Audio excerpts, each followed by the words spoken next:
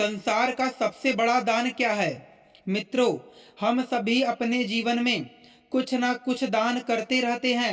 कभी भोजन, कभी वस्त्र तो कभी धन। लेकिन क्या आपको पता है कि सबसे अच्छा और उत्तम दान कौन सा है? कौन सा दान हमें सबसे बड़ा पुण्य दिला सकता है?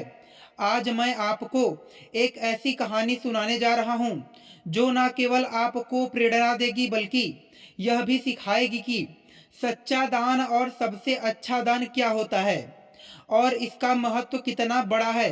मित्रों, यह कहानी बड़ी ही शिक्षाप्रद और महत्वपूर्ण और ज्ञानवर्धक होने वाली है। प्राचीन काल की बात है। मधुवन नामक एक गांव में एक बड़े से नगर में अगस्त्य नाम का एक युवक रहता था जो लकड़ी काटकर अपना जीवन यापन करता था। वह अपनी पत्नी के साथ साधारण जीवन जीता था।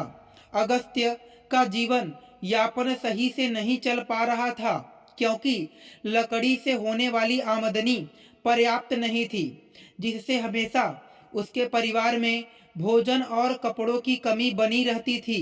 एक दिन अगस्त्य की पत्नी परेशान होकर गुस्से में उससे कहने लगी, कितने दिनों तक यह सिलसिला चलता रहेगा? ना कोई त्योहार होता है, ना कोई खुशी।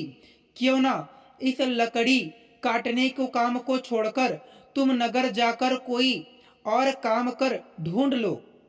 कब तक हम यूं ही कठिनाइयों में जीवन बिताएंगे?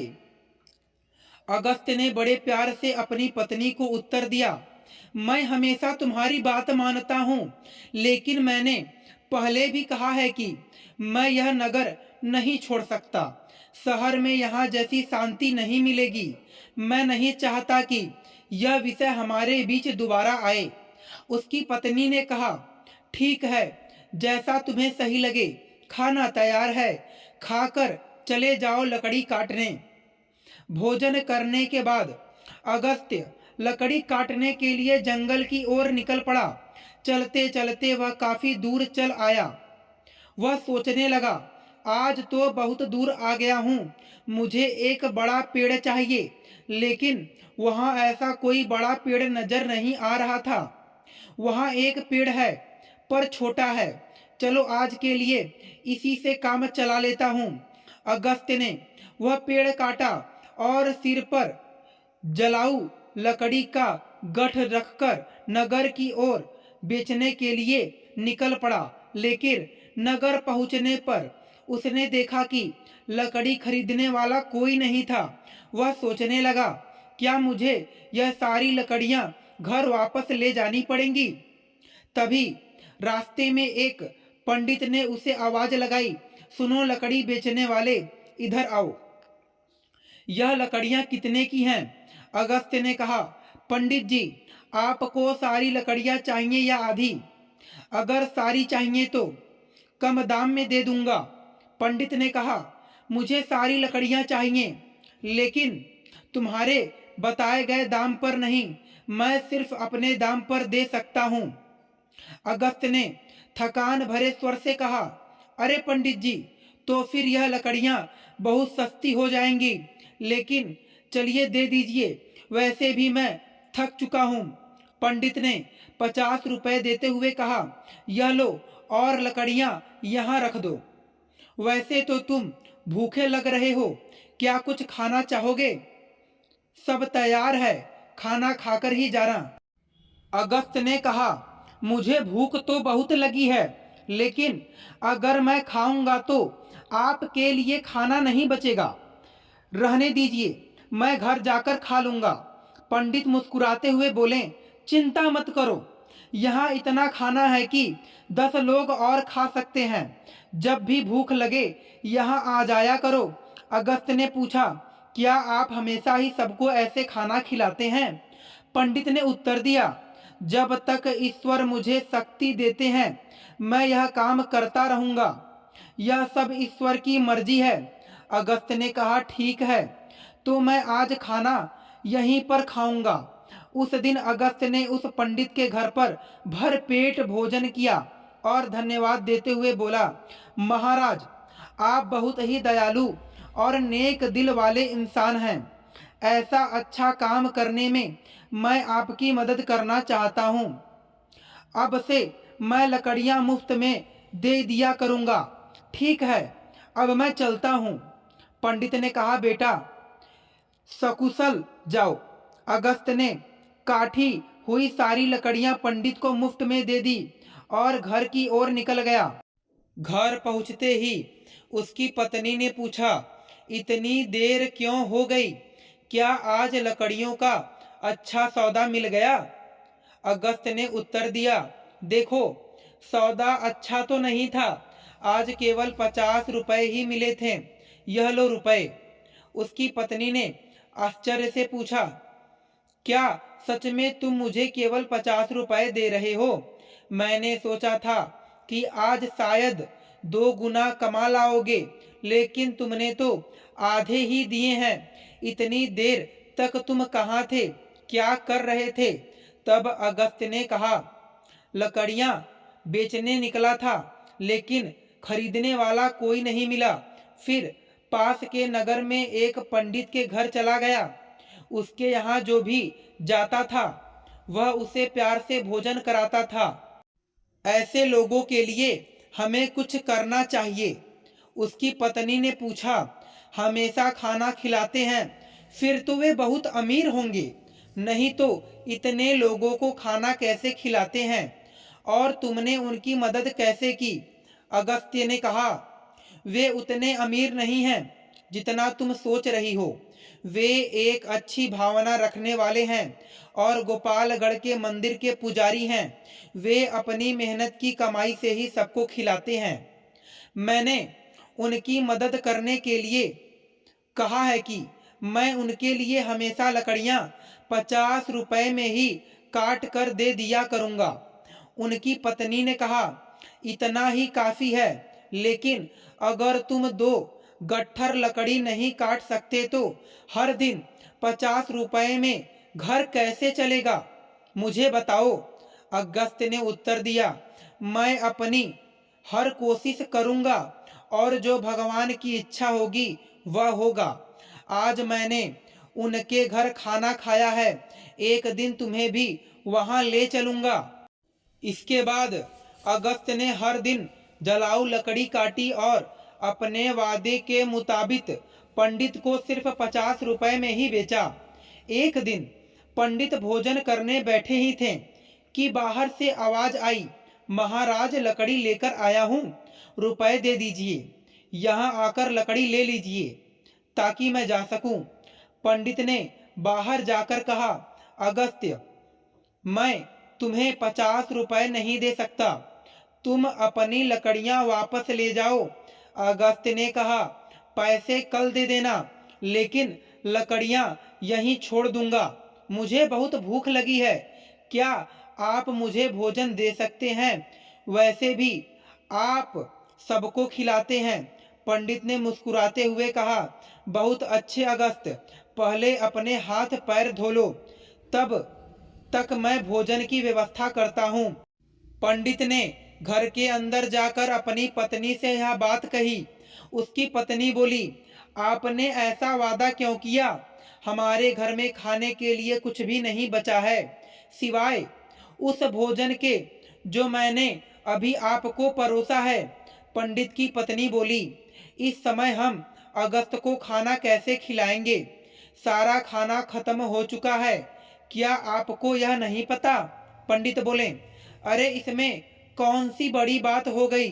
तुमने जो खाना परोसा है वह अगस्त के लिए पर्याप्त है। मैं सोच रहा हूँ कि आज उपवास कर लूं। पंडित की पत्नी बोली, मुझे बताओ तुम ऐसे कितनी बार करोगे?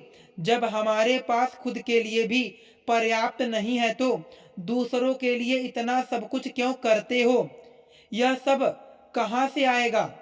पंडित बोले, भगवान सब कुछ देखते हैं, पहले अगस्त को भोजन परोस दो। पंडित ऐसे ही उन लोगों को भोजन कराते रहें, भले ही उनके पास स्वयं के लिए कुछ भी ना हो। एक दिन अगस्त लकड़ी काटने जंगल गया। उसने सोचा जंगल के किनारे के सारे सूखे पेड़ तो मैं पहले ही काट चुका हूँ। अब जो बचे हैं वे सब हरे पेड़ हैं। जंगल के अंदर जाना थोड़ा मुश्किल लग रहा है। मैं इससे पहले कभी इतना अंदर नहीं गया। यहाँ जंगली जानवर भी हो सकते हैं। अगर मुझे कुछ हो गया तो क्या होगा? यह सोचकर वह जंगल के भीतर डरते डरते चला गया। वह काफी दूर निकल गया, लेकिन कोई उपयुक्त पेड़ नहीं मिला। अचानक उसे एक बड़ा पेड़ दिखा। उसने सोचा, यह शाखा तो काफी मजबूत है, इसे काटूंगा तो 3 गट्ठर लकड़ी बन जाएगी। पहले ही बहुत देर हो चुकी है। यह सोचकर अगस्त्य उस पेड़ पर चढ़ गया। वह उसी शाखा पर बैठ गया और उसी को काटने लगा। शाखा बहुत बड़ी थी, इसलिए काटने के बाद वह बगल के पेड़ और छोटे टीले के पास गिर गई। तभी अचानक वहां एक साधु प्रकट हुए और क्रोध में बोले, मेरी तपस्या किसने भंग की? लगता है यह तुमने ही किया है।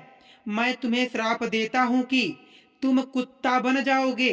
अगस्त घबरा गया और बोला, महाराज मुझे माफ कर दीजिए, मुझे नहीं पता था कि आप यहाँ तपस्या कर रहे हैं। साधु बोले, मैं यहाँ 1 वर्ष से तपस्या कर रहा हूँ। तुमने मेरी तपस्या तोड़ी है, इसलिए यह श्राप दिया है। अगस्त्य विनती की, महाराज मैं रोज लकड़ियाँ काटने आता हूँ और उन्हें बेचकर अपनी आजीविका चलाता हूँ। मैंने जानबूझकर ऐसा नहीं किया। कृपया इस श्राप को वापस ले लीजिए। साधु बोले, मैंने क्रोध में आकर यह श्राप दिया है, इसे वापस लेना संभव नहीं है, लेकिन एक उपाय है। अगस्त्य ने पूछा, कृपया मुझे उपाय बताइए। महाराज मैं इस श्राप से कैसे मुक्त हो सकता हूँ? साधु बोले, तुम ऐसे लोगों को ढूंढो जो सबसे अच्छा दान करते हों।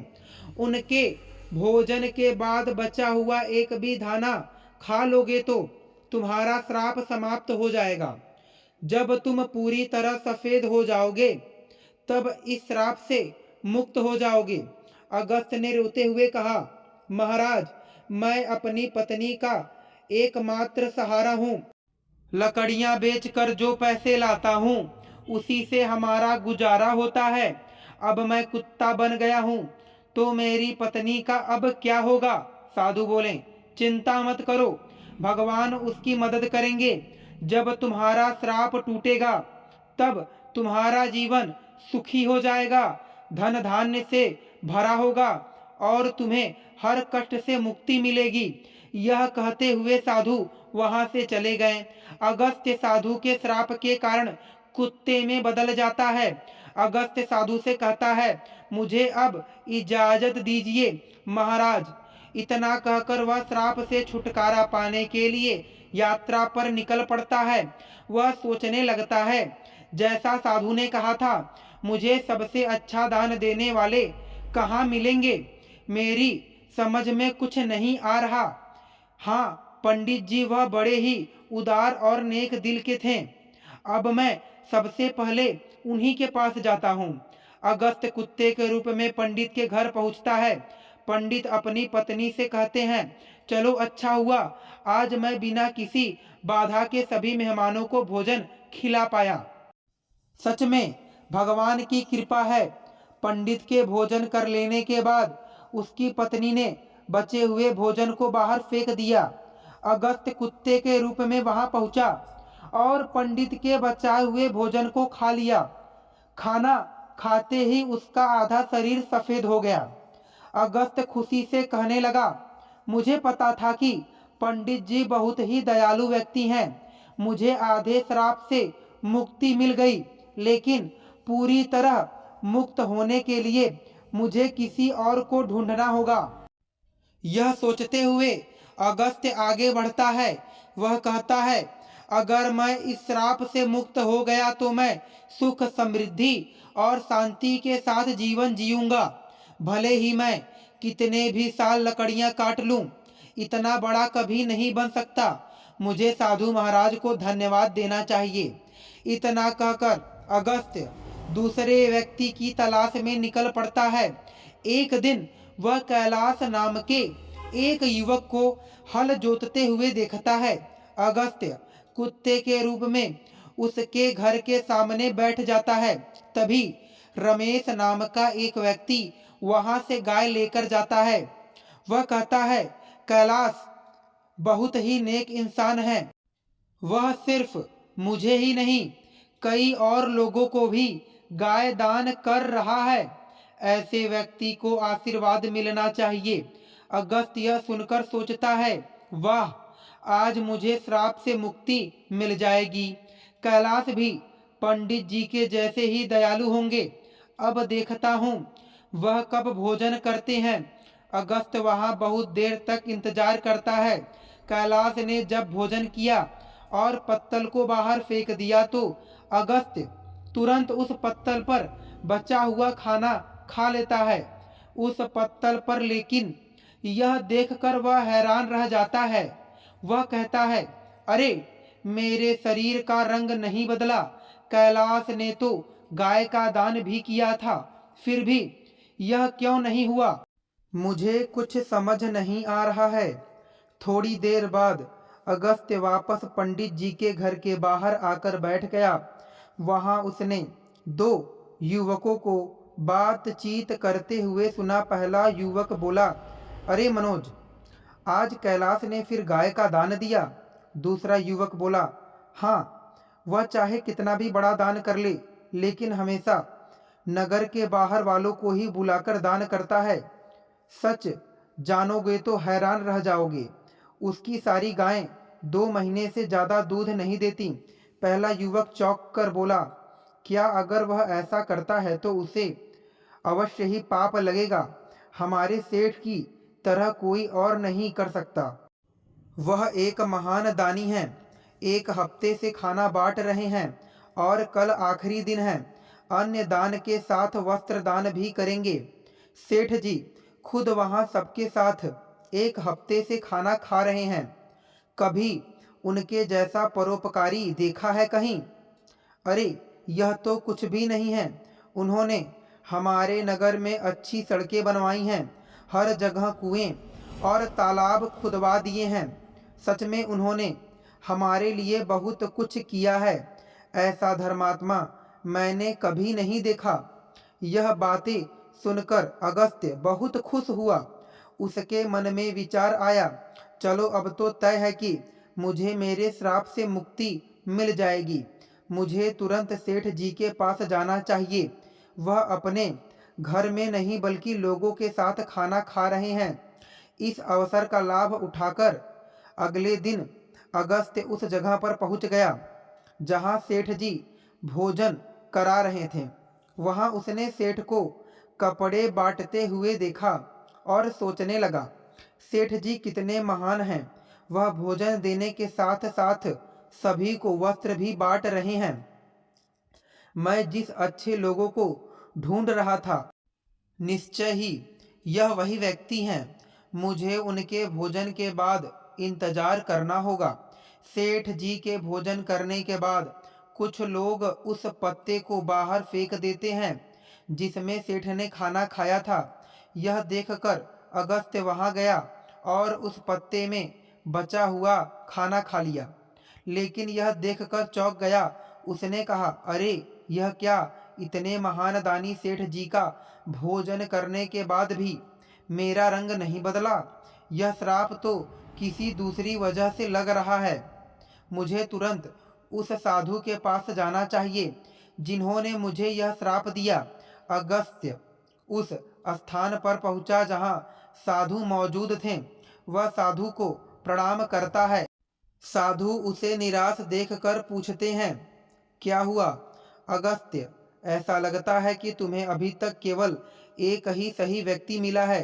तुम्हारा केवल आधा रंग ही बदला है। क्या तुम्हें और कोई नहीं मिला? श्राप मिले हुए काफी समय हो गया है। अगस्त्य कहता है, मुझे तो शक है। पंडित जी का खाना खाकर मैं आधा सफेद हो गया। इसके बाद मैंने उनसे भी बड़े दानी लोगों को देखा, लेकिन उनके खाने का कोई असर नहीं हुआ। साधु थोड़ी देर रुककर बोलते हैं, इसमें आश्चर्य की बात नहीं है। उनके कर्मों का वास्तविक स्वरूप जानना जरूरी है। अगस्त्य जवाब देते हुए कहता है, इसके अलावा हमारे नगर के सेठ बहुत धर्मी हैं। इस हफ्ते तक सेठ ने सभी को भोजन कराया और वस्त्र भी बांटे। इतने धर्म परायण व्यक्ति द्वारा खाया हुआ भोजन खाने के बाद भी मैं श्राप से मुक्त नहीं हो पाया।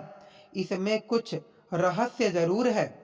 अगस्त्य ने साधु से कहा, मुझे कुछ समझ नहीं आ रहा है, महाराज कृपया आप ही बताइए। साधु ने कहा, अगस्त्य, जिन जिन लोगों को तुमने देखा उनमें से किसी का दान सच्चा दान नहीं था।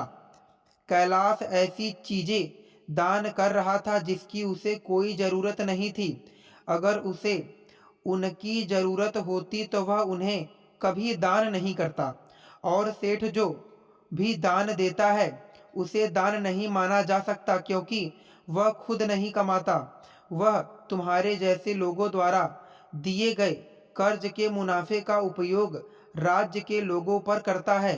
साधु ने आगे कहा, कल के दान में जो भोजन और वस्त्र बांटे गए वे भी कर्ज के मुनाफे से ही आए थे। इसीलिए सेठ द्वारा किया गया दान दान नहीं माना जाएगा।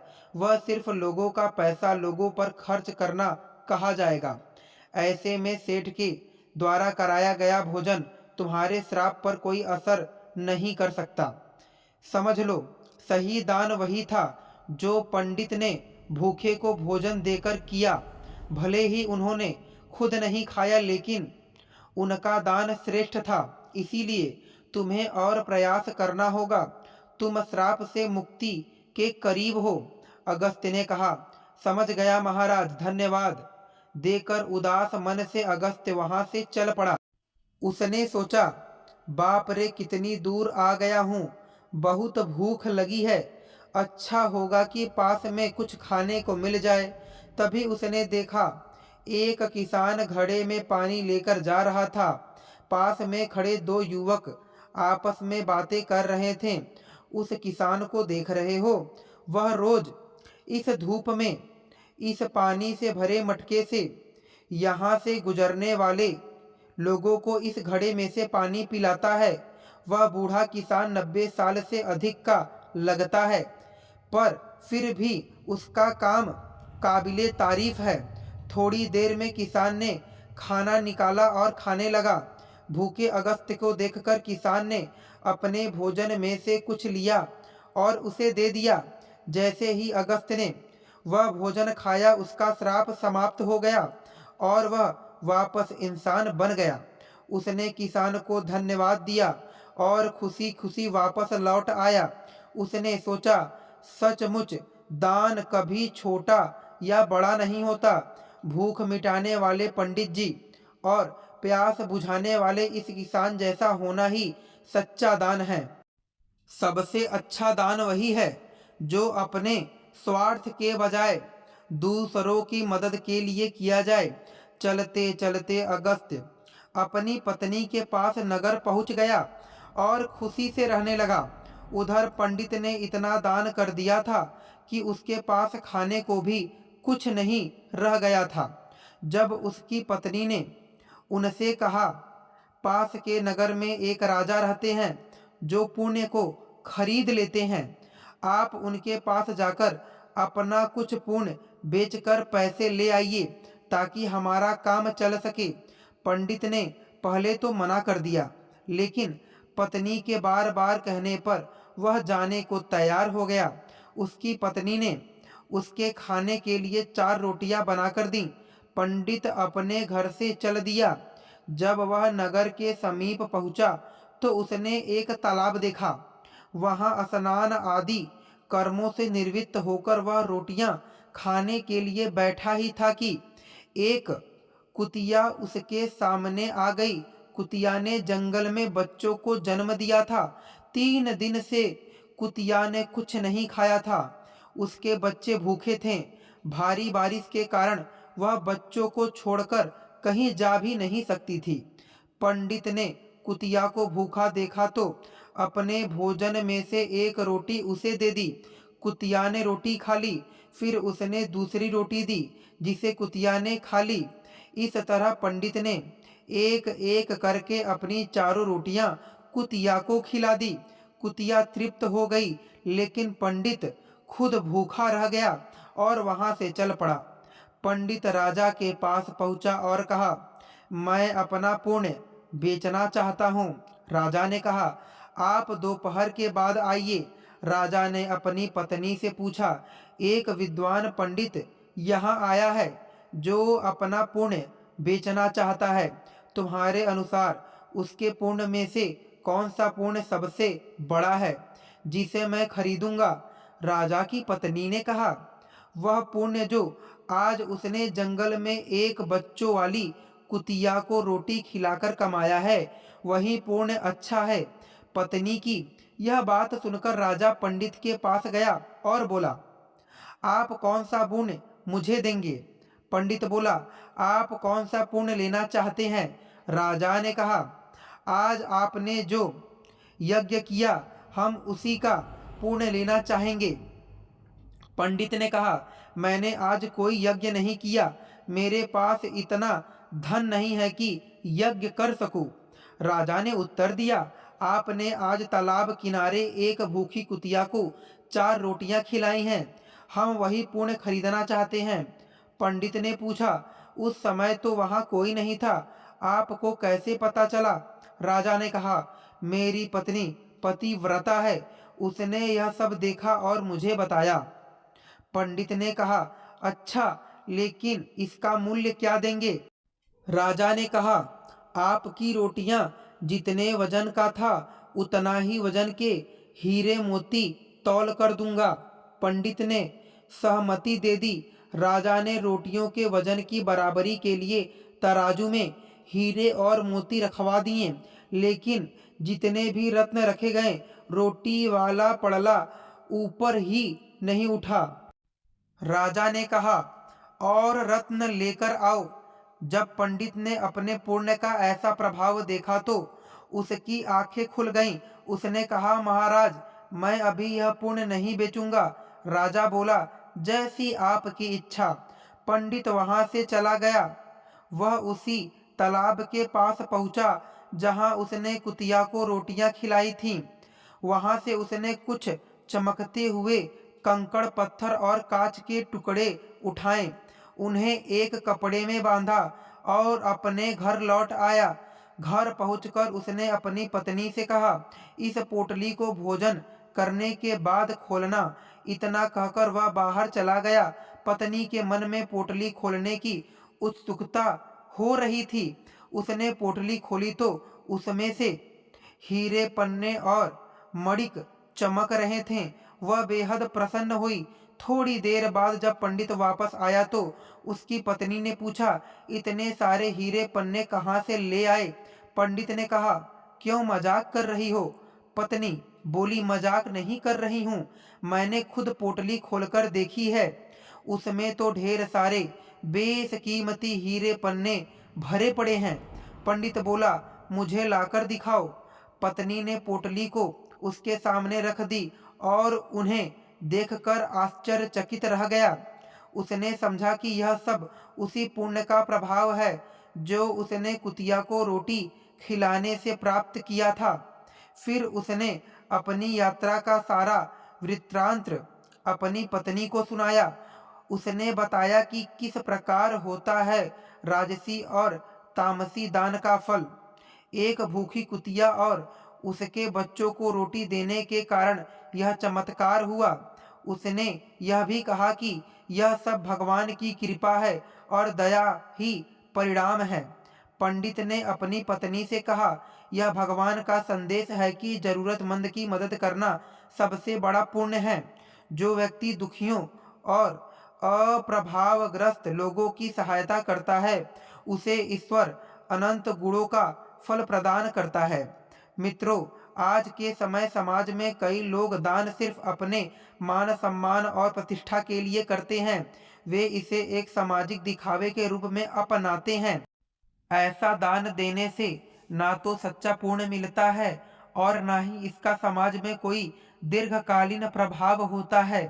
और कभी कभी यह व्यक्ति को गर्व और अहंकार की ओर ले जाता है। जैसे इस कहानी में पंडित ने अपनी भूख की परवाह किए बिना कुतिया और उसके बच्चों को 4 रोटी खिलाया। उसने सोचा भी नहीं था कि उसका यह छोटा सा त्याग इतना बड़ा फल देगा। मित्रों, यह कथा यह भी बताती है कि जरूरतमंद की सहायता करने का असली अवसर वही होता है जब वह वास्तव में संकट में हो। आपदा के समय दिया गया थोड़ा सा सहयोग भी अनमोल हो सकता है। यह न केवल पीड़ित व्यक्तियों के जीवन को बदलता है बल्कि दाता के जीवन में भी सकारात्मक परिवर्तन लाता है। दान का उद्देश्य मानवता को प्रोत्साहित करना और समाज को जोड़ना है। जब कोई व्यक्ति त्याग की भावना से प्रेरित होकर दान करता है तो वह अपनी आत्मा को शुद्ध करता है। यह त्याग मनुष्य को अहंकार से मुक्त करता है और उसे ईश्वर के समीप ले जाता है। मित्रों, इस कहानी से पंडित का अनुभव यह सिखाता है कि भगवान की कृपा से छोटे कार्य भी महान फल दे सकते हैं। कंकड़ पत्थर भी भगवान की कृपा से हीरे और माणिका बन सकते हैं। यही संदेश है कि सच्चा पुण्य त्याग और निस्वार्थ सेवा में है। हर मनुष्य को यह प्रयास करना चाहिए कि वह अपनी क्षमता के अनुसार जरूरतमंदों की मदद करे। अनाथ, विकलांग, विधवा, भूखे और प्यासे लोगों की सेवा करना ही सच्चा धर्म है। इसी से समाज में शांति और समृद्धि आती है।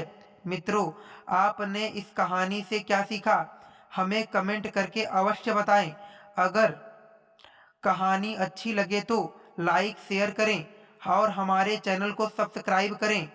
आप सभी का धन्यवाद।